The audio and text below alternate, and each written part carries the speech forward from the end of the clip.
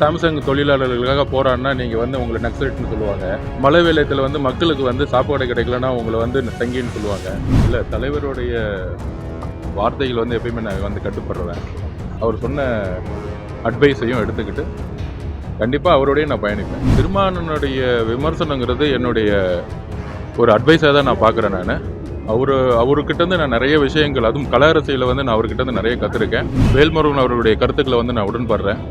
இதற்காக தான் வந்து ஒரு குறைந்தபட்ச செயல் திட்டத்தை உருவாக்கி எதிர்காலத்தில் வந்து ஆட்சியிலையும் பங்கு அதிகாரத்திலையும் பங்குங்க என்கின்ற ஒரு விஷயத்தை எல்லா தலைவரும், அதுவும் முக்கியமாக கொள்கை தலைவர்கள் எல்லாருமே ஒரு புதிய அரசியலை உருவாக்கணுங்கிறதா என்னுடைய குறிக்கோளாக இருந்துச்சு.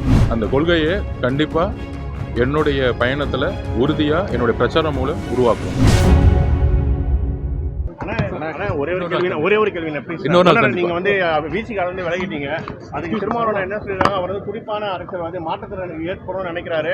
ஆனா வந்து ஒரு கட்சியின் தலைமையின் கீழ் வந்துட்டு பிறகு அதுக்கு ஏற்ற மாதிரி அவர் செயல்படணும்னு சொல்லியிருக்காங்க. இதை பற்றி எப்படி பாக்குறீங்க?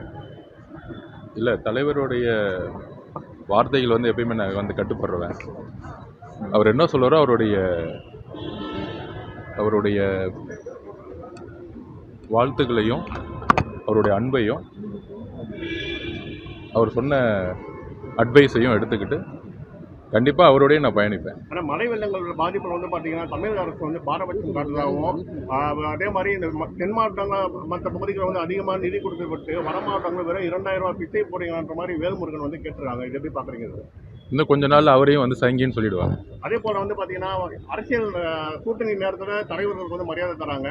ஆனால் வெற்றி பெற்ற அமைச்சராகிட்ட பிறகு அவங்களோட உதவியாளர்களை விட்டு எங்களுக்கு வந்து கூப்பிடுறாங்க. இது வந்து ஒரு எப்படி பார்க்குறீங்க சார்? இது ஒரு பிரச்சனை வச்சிருக்காரு.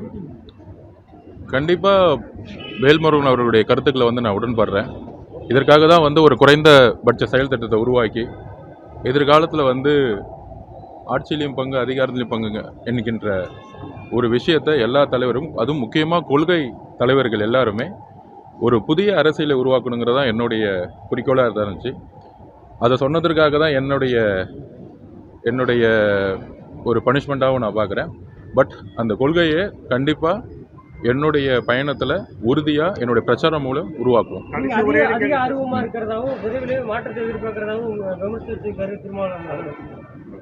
திருமாவளவனுடைய விமர்சனங்கிறது என்னுடைய ஒரு அட்வைஸாக தான் நான் பார்க்குறேன். நான் அவர்கிட்டருந்து நான் நிறைய விஷயங்கள், அதுவும் கல அரசியலை வந்து நான் அவர்கிட்டருந்து நிறைய கற்றுருக்கேன். அவர் எனக்கு எப்பயுமே ஒரு ப்ரொஃபஸர், ஒரு ஆசான். அவருடைய எப்பயுமே நான் என்னுடைய லெட்டரில் குறிப்பிட்ட மாதிரி கொள்கை சார்ந்த அரசியலில் அவரோட எப்பயுமே என்னுடைய பயணம் இருக்கும்.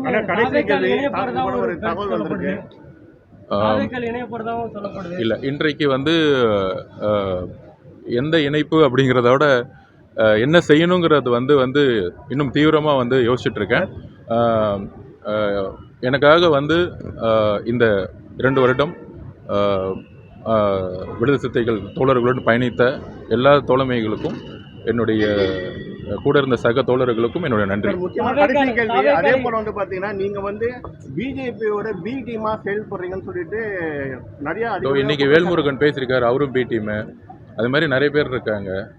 உங்களுக்கு சாம்சங் தொழிலாளர்களுக்காக போராடினா நீங்கள் வந்து உங்களை நக்சலைட்னு சொல்லுவாங்க. மழை வெள்ளத்தில் வந்து மக்களுக்கு வந்து சாப்பாடு கிடைக்கலன்னா உங்களை வந்து சங்கின்னு சொல்லுவாங்க.